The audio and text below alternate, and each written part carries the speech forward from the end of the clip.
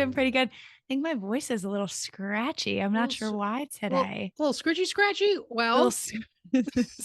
minus two. When I said scritchy scratchy, I became scritchy scratchy. What do you think's happening? I don't know, but hold on. When I cough, I must engage my core because I'm doing pelvic floor physical Right? therapy, and I have a lot of rules now about how I cough and breathe. Wow. It's a lot. It's almost like having to follow those rules might make you a bit of a perfectionist. Or maybe because I wasn't releasing control, I ended up with pelvic floor dysfunction. Let's find out because on today's episode, we're going to talk about releasing control and perfectionism. How about we release control and perfectionism about our transitions at this point? We're literally like, we could be talking about anything I'd be and try like, to make that transition. my dogs poop. And let me tell you about perfectionism. Yeah. Like, what? You know I what? know it's hard to believe. We weren't trained in this. That's literally hard for no one to believe. Okay, so releasing control perfectionism. I think that this is great because I also think that we are now in a culture that's like so obsessed with self help and self growth that we're becoming controlling and perfectionistic about it, and it's going into this like whole other thing. So I think this is a very interesting topic to talk about today. I also think there's, just with this state of the world and there's this, it's on fire. I think we always think the world's on fire. It's probably Kind of not. always is for us It though. is, right?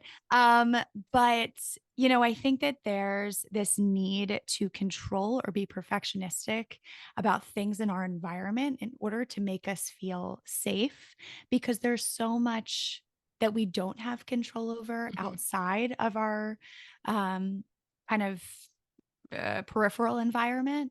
So sometimes we feel like we have to control the things that are like right around us to make us feel some sort of safety. Yeah. Okay, wait. So I then fuck. I'm just gonna go right into a listener question where Yes. somebody had said, "Well, why does having control feel so good? Like, Mm, why are we all seeking it?" safety. Safety, There's a lot of safety, safety in security. it. If right? So like there's I think a big thing that comes up of I have this fear of the unknown. I have this fear of like what could possibly happen. When you're in your house and you are taking control of like your environment, your things, your work, your cleaning, you know exactly if you clean that dish and you put it away, you know exactly how that's going to go, right? You have complete control over those things. Yeah. And so there's a level of safety that we create for ourselves when we make routines, when we say, I'm going to take control of this, I'm going to make sure this is clean, I'm going to do my work in this way, I'm going to do my Canva design in this very specific way, not speaking from personal experience. But there's something about taking control of the things we do have control over that gives us a sense of safety that we don't have in other areas of our lives. Well, I think also like if you think about where it starts to come from childhood is like, let's say I grew up in a household where my parents got divorced and I didn't get any control actually about which house I stayed at which night. Or let's say I got in a situation where I had a parent with addiction and I couldn't control what my parents did. So I started controlling all of this other stuff. And so a lot of times it's highly adaptive behavior because most of us have some type of chaotic childhood simply because life is chaotic, right? Like the reality is like there's a lot of dysfunction in a lot of families. And when you're a child, you have no control over anything, It's so right? sad. No matter what, you just don't have. I remember as a kid, I so badly wanted to be an adult. I think because I felt like I had no control over anything. I remember when I got my license, it was the most liberating experience of my life because I finally felt like I could take control of something. But I think that kids very often have that experience. I think whether their environment is chaotic or Yep. not, that it's just there's so much that's out of your control. You have to go to school, your You parents gotta are go to making bed. you got to You go to gotta bed. You're making you eat certain things. You have no control over anything. Okay, so last night, Yeah, so my yeah, daughter yeah, has curly hair, right? So yeah. we only really wash her hair twice a week, sometimes once a week, and it's like, I mean, thank God no one from CPS lives next door to me because you would think that this girl The tangles. It tangles, but she also just is like real tender-headed. She just like doesn't want her hair touched ever, Yeah. right? So Yeah. washing her hair even twice a week, even with lots of conversation around it and trying to get her to do it herself and gentleness and all this stuff, you would think that it is like World War III in my home. And last night afterwards, she goes, I don't ever want to do that again for any other years. You say, "Ugh, we have give me like 3 to 4 days and we're doing it again." Because that's the thing. Yeah. Like, as kids, like, your parents make you do this shit that, like, you got to do, or else, like, I don't know. I don't actually know what would happen if your hair never got you. You Just, just get it would end up y dreaded. yeah, Yeah. probably. Yeah, Right. Okay. So, like, right. So, oh, she'd be the stinky kid at school. Right. So, like, there's like right. certain stuff your parents make you do, like, that, like, because they love you and they don't want you to die. When I make you hold my hand across the street, Right, right. literally, I'm just trying to keep you alive, right? But from an early age, as a kid, you actually don't have like the brain capacity to understand that. So it just feels like these people are controlling you all the time. And that's the thing is that, like, your parents are there to keep you safe, but that They should be at safety least. yeah, they should be at least, right? In a healthy environment. But that safety of the things that are supposed to keep you safe that you don't know are keeping you safe, right? She doesn't know that if you don't brush her hair, that it's going to hurt more eventually. And so, you know, the things that are supposed to keep you safe are also things that are so out of your control. Mhm. And I think that maybe we internalize that and we develop into adults and we're like, okay, here are all the things I have to do to keep myself safe. Here are all the things I have to do to make sure I'm taking care of myself. Some of those things are incredibly helpful, incredibly productive, and then sometimes they overfunction for Yeah. us. Yeah. And that's kind of I think what is so important about talking about this is that like there are so many things that we learned in order to keep ourselves safe and take care of ourselves that are incredibly helpful for us.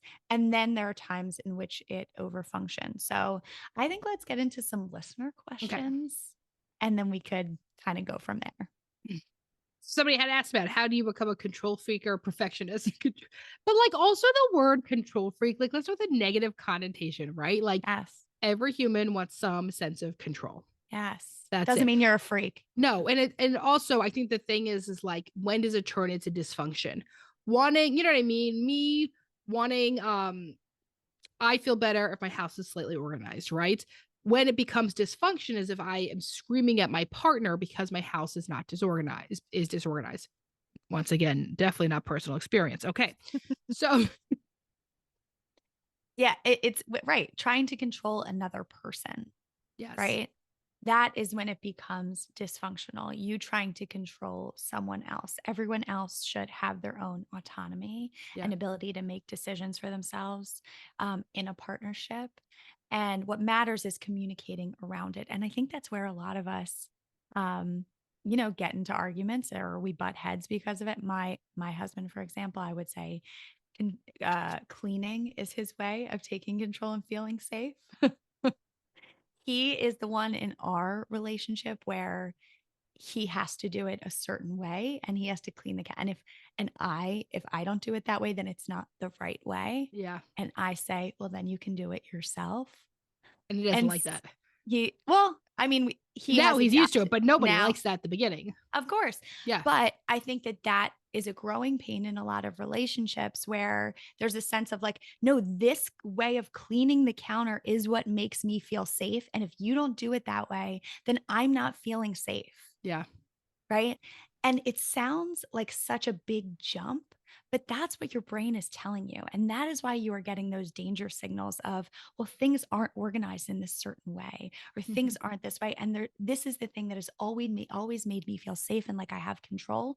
And so when I have someone else in my environment who's changing that, then I'm no longer feeling that safety. Yeah. I no longer have that coping mechanism. And so that's where you end up coming into conflict in your relationship. Mhm, mhm. Somebody said this is deep, but is control just an illusion? That is deep. Whoa. Whoa. Who are you? And how was that joined? But it is. I mean, in a lot of ways, it is, right? So, like, I can control things to an extent, right? I can control maybe how my closet is organized, but I can't actually control how anyone else in my life is going to be, right? And we have this idea, and when I think when we talk about the idea of control is illusion, and this is where the perfectionist and specifically the people pleasing part gets into it is I think if I behave and interact a very certain way, then in some ways I can understand, predict, or control how somebody else will respond to that interaction. So if I'm in a situation with someone and I am unbelievably sweet and cute and funny and kind, and I think that they're going to match my energy, and then I'll be able to get what I want, need, etc. But this person had a shit fucking day. They're exhausted, lots of other stuff. And they actually think that I'm just being quite annoying, and maybe I am. And they're not going to do that, right? And then I get so mad because I didn't actually say what I wanted or needed or thought, because by doing it in this one very specific way, that was my way of controlling. And then once again, I know I'm big on danger signals today, right? Like where you feel like, okay, if I act this way, then I'm maybe 9 out of 10 times I'm going to get the response that I want. Mm-hmm. That one time that I don't get the response that I want, your brain is sending signals off of like, oh, I actually didn't have control over this situation. Yeah. Mm-hmm. And that's where that painful feeling can come from of I don't have control over this. I'm actually not in control over my interactions of my relationships, which is actually true. Yeah. No matter what you do, you can't control how other people feel in a situation. The example I love too, because I've also felt this way. If you like have a party and you're like, I want everyone to have fun, right? This is Emily me. feels This is me this every time I host. Emily feels this deep in her soul. So you're like, I want everyone to have fun. So I'm gonna get, this ice cream truck and I'm gonna get this like Okay, bouncy house let's for the make it kids. less obvious who you're talking about. I We just can you I don't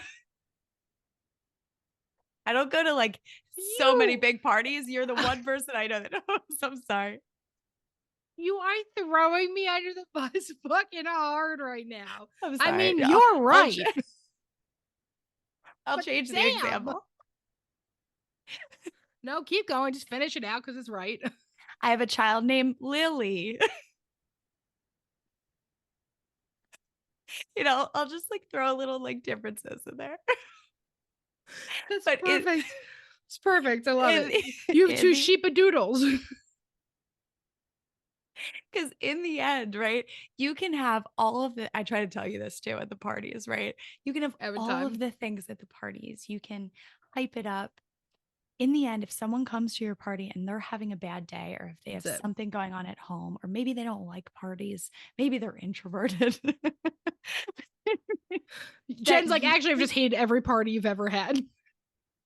That's not I true. know that's not Actually, I true. have a great time at I your know. parties. I know you do. Um, but no matter what you do, you can't control whether people have a good time at your party or not, right? Mm-mm. You can get all of the things and people still it's in their control. They get to decide if they're having a good time at your party or not, and you can't control that. Yeah.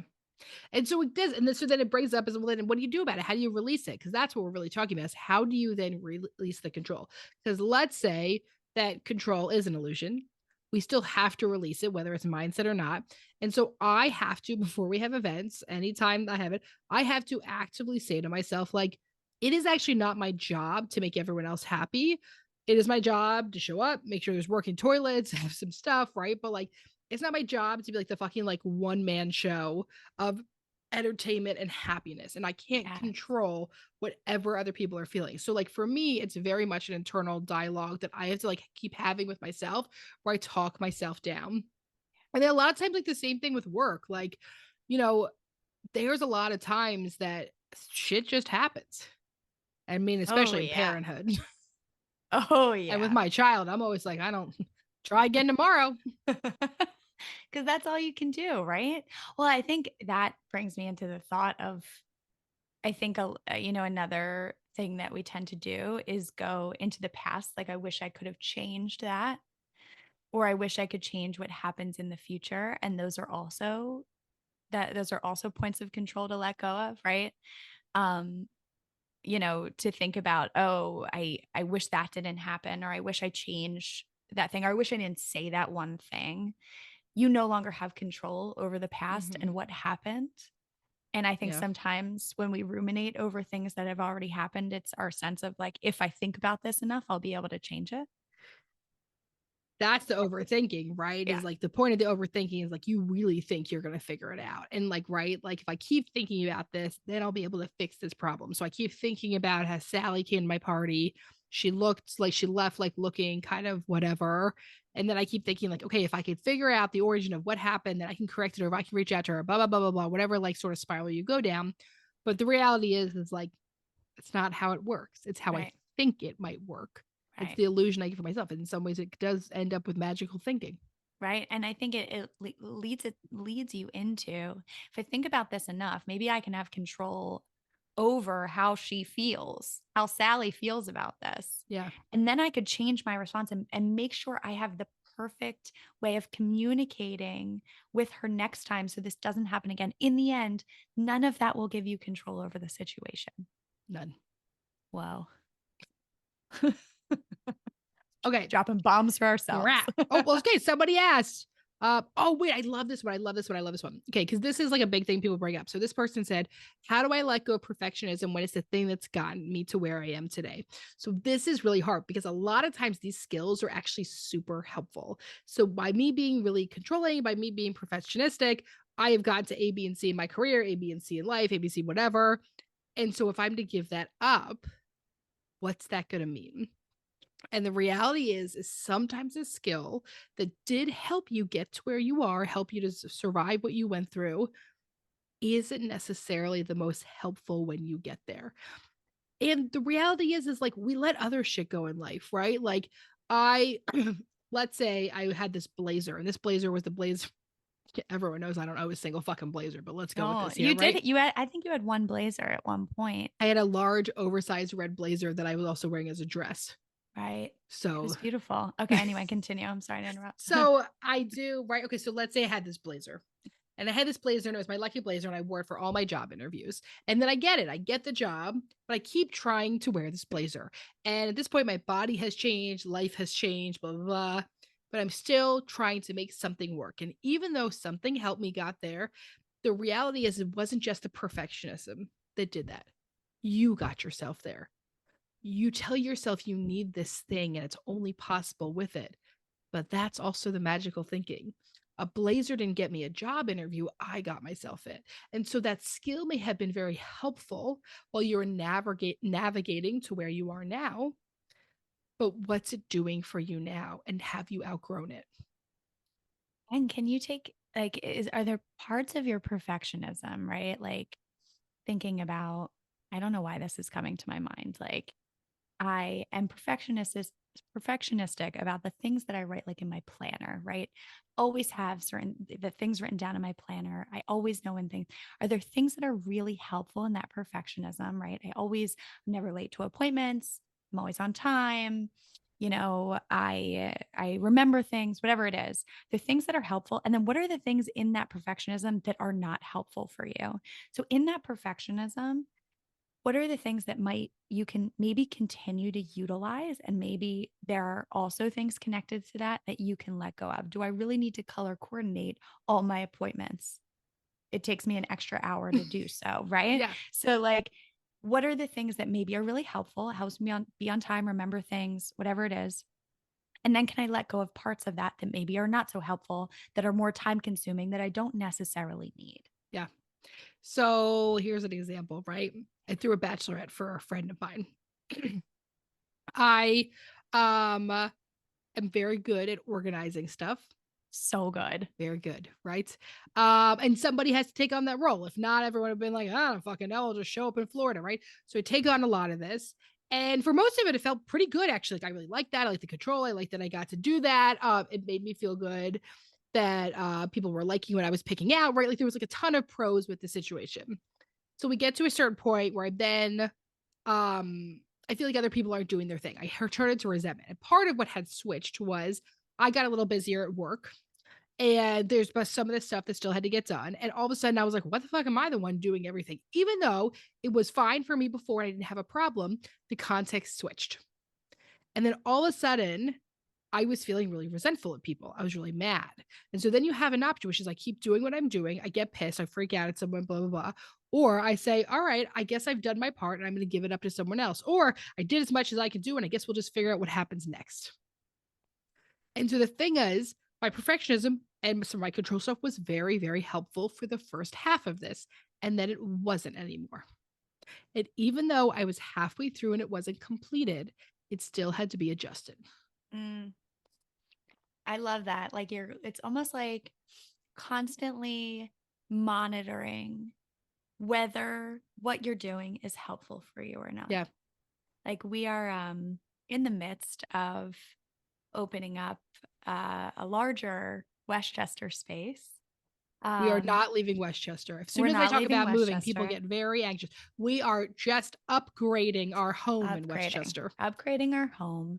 And one of the things that I was doing was taking like the what the space is going to look like and like putting our name on it because Emily asked me to do that.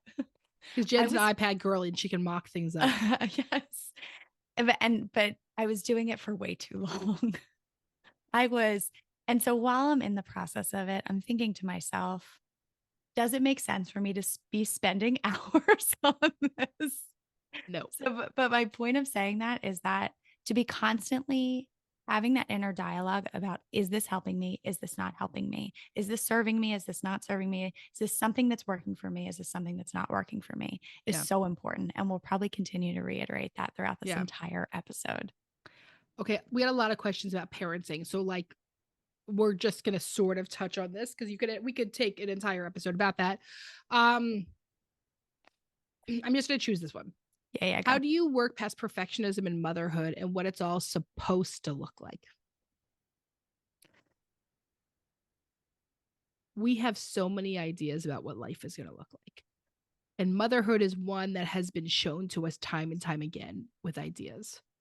For some folks that are navigating new waters, whether that's the choice to be child free, be in queer relationships, stuff that have maybe less representation, in some ways there is something nice about that because you get to sort of carve your own way.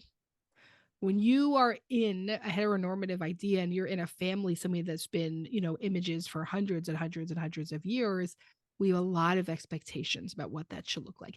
Even if I tell myself I'm a modern age independent feminist lady, that shit still got in there. And so part of it is like, what do I think this is supposed to look like? And how do I start deconstructing it from there? So understanding here's what my expectations were, and like maybe none of this was true. When my daughter was born, she had 12 fingers and 11 toes. That was very overwhelming to me.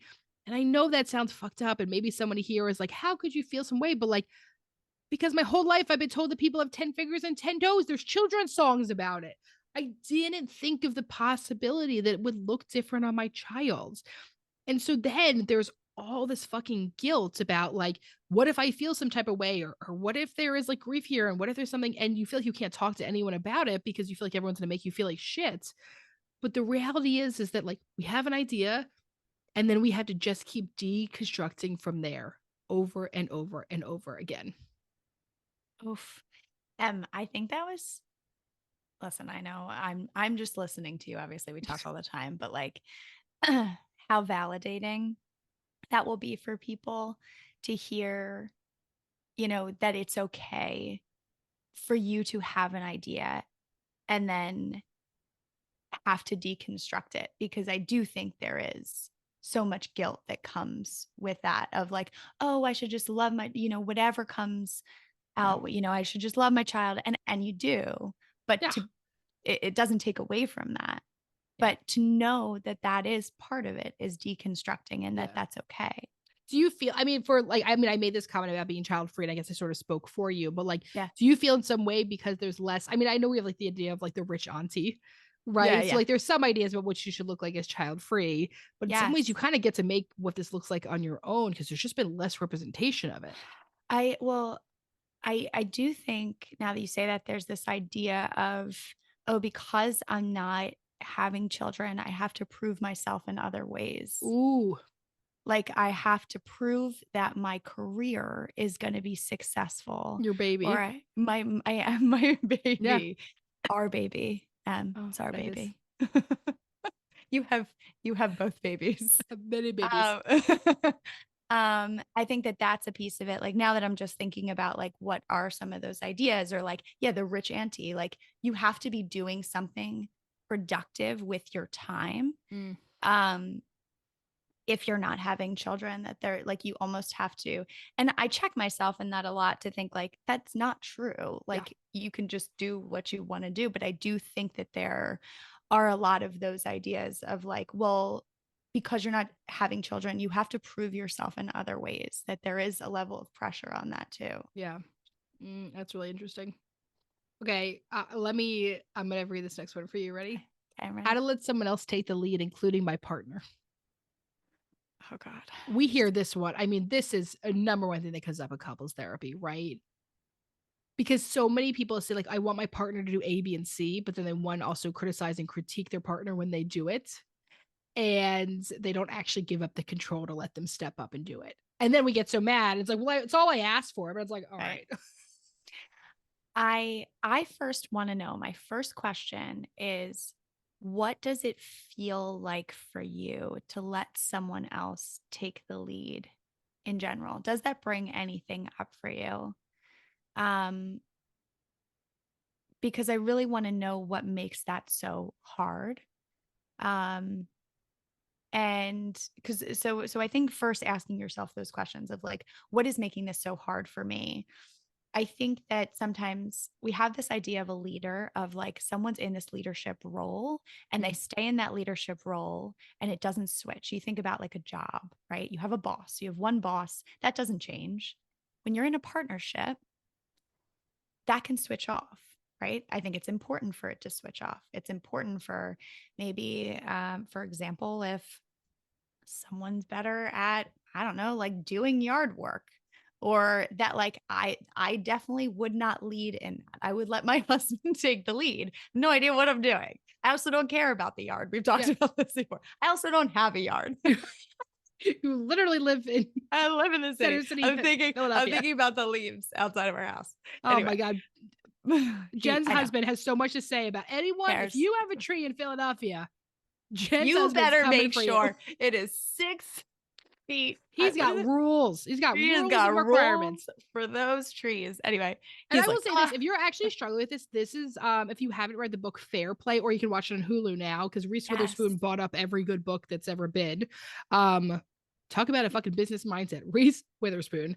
Wow. So read the book Fair Play, or you can watch it on Hulu, and it goes into sort of how to do this. Like it gives you like actual attainable things of how to navigate this a little bit better. Yeah. And I think sometimes people feel like, okay, well, if I let them take the lead, then I'll never be able to take that role again. Or like that Mm, means I have to be submissive in some way, or I have no idea. I won't be able to input my ideas, or I won't be able to talk. Where no, you can have balance in that, right? It's not yeah. going to be 50-50 all the time, but you can find balance in that in different ways. And I think that that's not something that we're used to in other aspects of our lives. Dude, that's like that fear thing though of like, then who am I? What is my role? I mean, Yeah. that's I have some shit with that about the parties, right? If I Yeah. throw a bad party, who's gonna want to come to this? I now have a pool, so everyone wants to come to my party Yeah. in the summer. But that is like an actual fear that I've had before. Yeah. If I do not offer A, B, and C, I am not enough simply on my own, and nobody will choose me again. Mm. So And why? that is a So if difficult I, thing. yeah. And if you don't, right? Like if I let someone else lead, then what value am I bringing? Yeah. And so that's the stuff you have to look at is right because that's the actual risk of releasing control. Or let's say I release control in my relationship and my partner really doesn't step up at all. Oh, And then I have to do something about it.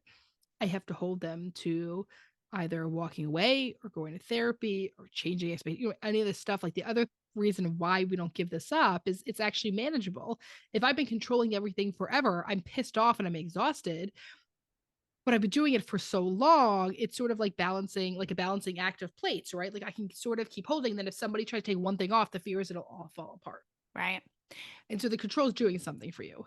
Yeah. And if I if I let you take the reins and I'm like, okay, I'm going to trust that you're going to take the reins and then you don't, and then I'm hurt. right? Like then there's a hurt, there's a disappointment there. And so is holding on to the control a way that we also protect ourselves? The Yeah. holding on to the perfectionism. I can do everything right and I'm going to take control of everything. Means that no one can hurt me. Like if I don't relinquish control, then I can't be hurt. Yeah. And so I think that there's a big fear of if I would relinquish control, also there's the possibility of me being hurt in this. And Yeah. so releasing control is also feels like a risk. Absolutely. And so all of these things, we're not saying this is just a reality, Yeah. right? Like It just this, is. all, everything, it's just a reality. And so I really want you to ask yourself as we're like bringing up these realities is, are they actually true, Mm. right? Like, can I relinquish control and actually trust that my partner is going to be there? If I don't, can I talk to them about it? Can I communicate that with him? This is my fear, is that I am going to ask you to do this and that you won't step up. Oh, And wait. I, There's yeah, a go. listener question. Are Sorry. you ready? Sorry. No, Go, no, no. go, Wait, go. because you literally almost just said someone's listener Oh, question. sorry. How do you trust that things will get done / you won't get hurt when you release control? You don't. You don't fucking know. We're all living on this bam rock and people are disappointing us all the fucking time. Everything we do is an opportunity to get hurt. And those opportunities are also opportunities for communication, Yep. right? They're all opportunities for communication and working on your relationship. And we always say that it's more important for you to fight about things, fight fairly, obviously, to be able to work on the things in your relationship. The arguments give you information. They give you Yep. information about what is not working in your relationship.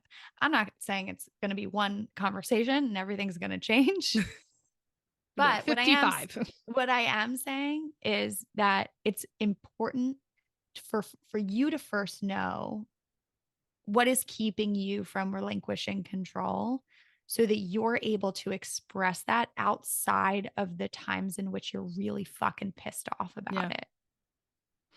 And here's what I also know, even if you can't figure out the why, you have to change it somehow if it's not Yeah. working. If it is ending up in like relationships hurting in your life, jobs, you know what? Even if you can't figure out the actual why here, and I have hear that all the time. So I can't remember, I can't remember, I can't remember. All right, then fuck it. Let's stop figuring out the why and figure out what needs to change. Mm, Do you have to just start being less hard on your partner? Do you have to start being less hard on your kids? Any of this stuff, like at some point you have to say, like, even if I can't figure out the other stuff, what do I have to do now? mm, And you ready for important. Dear Em and Jen? I'm so ready. Okay. Dear Em and Jen, hello, I'm a master's level clinician. And while I love my clinical work, I'm not feeling as fulfilled as I know I could be with my career. My goal is and always has been since undergrad to obtain a doctoral degree and contribute my voice in a meaningful way to the research of communication. This goal, however, has never included anyone but myself. I am for the first time living with a partner with shared pets and a mixed record and book collection and everything. I'm thinking about going back to school, which might mean relocating, and I'm worried about how this will cause shifts in my relationship. How do I navigate these conversations with my partner so that I hold on to the importance of my goals while holding space for his needs and concerns? Love this person. Me too. Love him. Also, I would like a shared book and record You collection. have a shared record collection. I purchased one of those records for you. It's signed by Alanis Morissette. it's it's the only one that is in currently in my player. I've listened to it over and over and over again. Um, I Okay. have I have so many different Yeah. directions that I could go in with this. Mm-hmm.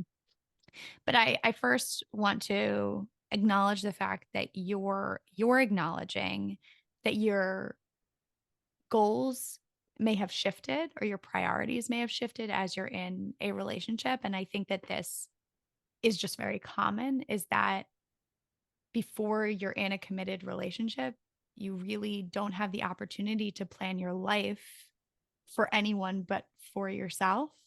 And I really respect the fact that you kind of move forward with, here's what I want out of my life and here's the direction that I'm going to go in. And I think in a lot of ways, when we get into a relationship and that shifts, it's a shift that we don't necessarily talk about or we're not anticipating. We usually just think about when you get into a relationship, like you have a partner and you're no longer alone. And, like there's all of these, like, this is a great thing supported by society. And it is. But I also think there is a lot of change and transition that comes with that. And with that can also come some grief.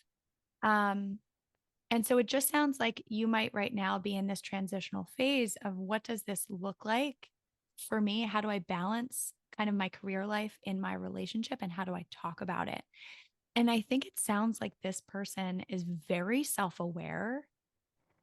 And my question would be is what is keeping you from saying this exact thing to your partner? That was my thought, right? Is like, what would it be like to go to that partner and be like, hey, I want to have a conversation. And the conversation is about the importance of my goals, but I want to hold all this space for your needs and concerns. And I love you and I'm worried about this, right? Like, because if your partner is going to be the one who goes through this with you, going back to school, I think they can handle tough conversations. Yeah. And if they can't, that's also information too, right? So, like, I wonder what has stopped you doing it, right? Like, and I think there's probably a little stuckness. I'm also wondering, like there's a part of you that isn't feeling totally fulfilled. And I think that feels bad when we're in a relationship because we had this really fucked up idea and people told us from all this different bad Oh, fucked messaging up. that your relationship and like is supposed to be enough. But like for a lot of people, it's not. And that doesn't say anything about you, but I wonder if there's like some discomfort and guilt with that as well. So I think you should say this exact thing for your partner and know that it's multiple conversations. And also, what would it be like to ask them to move with you? You Doesn't mean never that know until you try. yeah, and it doesn't mean that conversation will be easy and it's going to lead to like, yeah, this is great. I'm fulfilled. Like sometimes it takes multiple conversations and that's okay. Yeah. All Well, right. that's it. Guys, that's our episode. Thank you so much for listening. If you enjoyed this episode and you think a friend would enjoy it, you have a perfectionist, controlling friend, send this episode on over to them Tell for them to them cut to off listen. right at this point when we call your friend Right, controlling. right. Yeah, that's maybe not the move. I don't mean that in a negative way. We all have some control needs in us. If you like this episode, remember to rate, review, subscribe on Apple Podcasts. You know, I never do the outro. Uh, and if you are looking for a therapist, we have amazing clinicians in Pennsylvania, New York, New Jersey, Delaware, Florida, Massachusetts, and we now have openings in California. If you are on the wait list, reach out now because you can get in with one of our incredible California clinicians. I know they like rarely have openings, right? So like now we have some openings in California. Hey, we also have new merch out. People have been asking for a while. We finally have t-shirts, we finally have hoodies, we have full sweatsuit Emily's wearing outfits. one. I'm wearing, they're super oversized, so keep that in mind when ordering. We have bags, we have lip for dust. Buy something for yourself, buy something for a friend. Hey, we love you. We can't wait to see you soon. And don't forget that to grow yourself, you got to know yourself. We'll see you next week on ShrinkChicks.